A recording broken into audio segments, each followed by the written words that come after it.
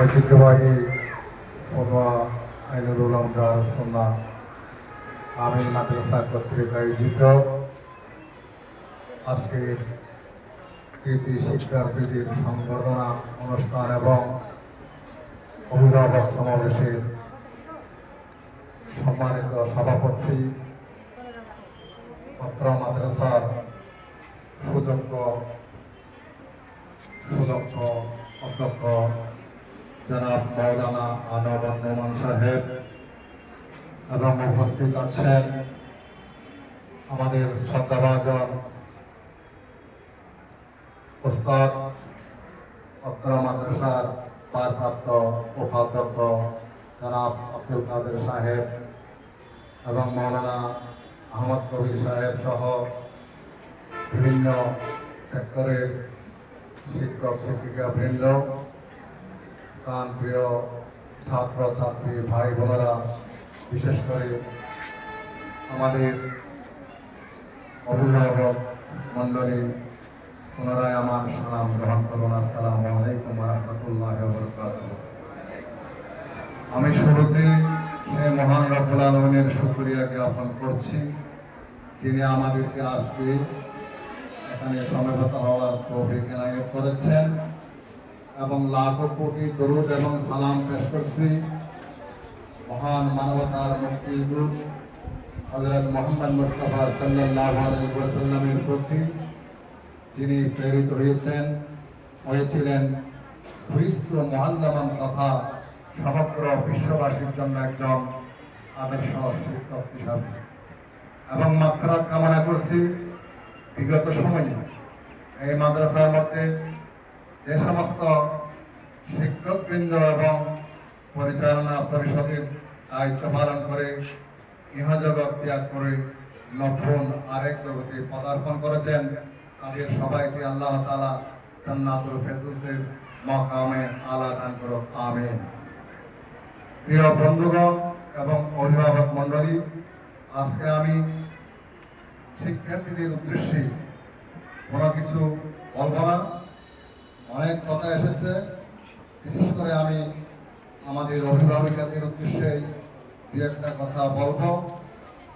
কোরআন মজিদের মধ্যে সূরা লোকমানে 1 থেকে 10 নম্বর আয়াতে তিনি তার ছেলে সন্তানদেরকে নসিহত করেছেন, উপদেশ দিয়েছেন, কর্মসূচি দিয়েছেন আল্লাহর ইবাদত করার জন্য, আল্লাহর একত্ববাদের জন্য, সৎ কথা বলার জন্য, সৎ কাজ করার জন্য। এটা হচ্ছে একজন পয়গম্বরের কাছাকাছি মানুষের কোরআনের ভাষায় ছেলেদের প্রতি নসিহত।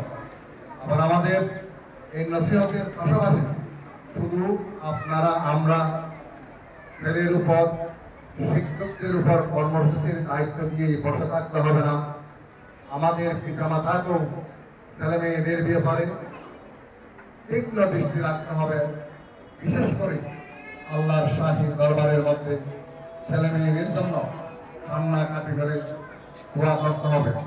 যে দোয়াটা আমাদের মণ্ডলী নিশ্চয় আপনারা জানেন, আমরা নতুন গভর্নিং বোর্ডের দায়িত্ব পালন করার পর এই মাদ্রাসার শিক্ষাক্ষেত্রে উন্নয়নের জন্য এবং প্রশাসনিক ক্ষেত্রে উন্নয়নের জন্য, একাডেমিক ভবনের ব্যবহারের নির্মাণের জন্য নিরলসভাবে কাজ করছি। আপনারা আমাদের জন্য দোয়া করবেন, যাতে আমরা শিক্ষক, অভিভাবক, ছাত্র ছাত্রীদের সমন্বয়ে স্বল্প সময়ের মধ্যে এই মাদ্রাসাকে একটা লোহাগাড়া উপজেলার সর্বশ্রেষ্ঠ উপজেলা হিসাবে উপজেলার মধ্যে উন্নীত করতে পারি। আপনারাও আমাদেরকে পরামর্শ দিবেন, আমরাও আপনাদেরকে পরামর্শ দিব। উভয়ের পরামর্শের মাধ্যমে আমরা ইনশাআল্লাহ লক্ষ্য উদ্দেশ্য হাসিলের জন্য এগিয়ে যেতে পারবো বলে আমাদের দৃঢ় বিশ্বাস। আজকের যে সমস্ত মেধাবী ছাত্ররা কৃতিত্বের সাথে দাখিলে পাশ করেছেন, তাদেরকে এবং তাদের পরিবারের মা বাবাদেরকেও আমরা আন্তরিক মোবারকবাদ জানাচ্ছি। আরেক মিনিট আমি কথা বলে বক্তব্য শেষ করছি।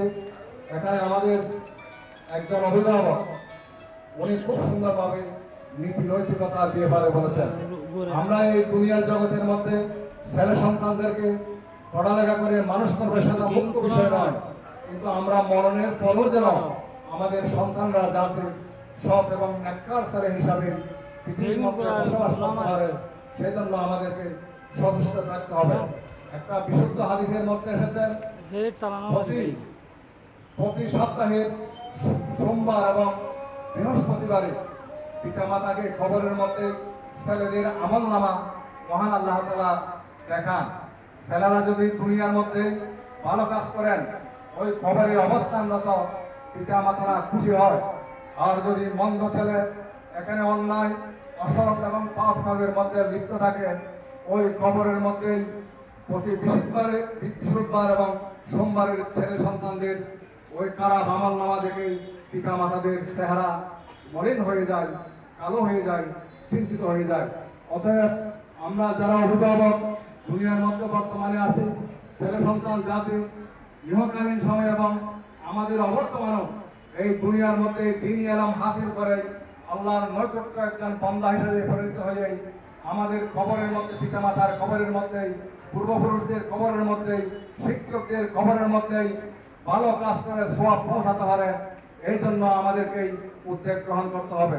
পরিশেষে আপনারা যে আমাদের অধ্যক্ষ মহোদয়ের সংক্ষিপ্ত সময়ের ডাকে সাড়া দিয়েছেন, এই জন্য পদুয়া দারুস সুন্নাহ কামিল মাদ্রাসার পক্ষ থেকে, বিশেষ করে গভর্নিং বডির পক্ষ থেকে আপনাদেরকে আন্তরিক অভিনন্দন এবং মোবারকবাদ জানিয়ে এবং এই পদুয়া দারুস সুন্নাহ মাদ্রাসার ভবিষ্যতের উত্তরোত্তর সমৃদ্ধি কামনা করে আমার বক্তব্য শেষ করলাম।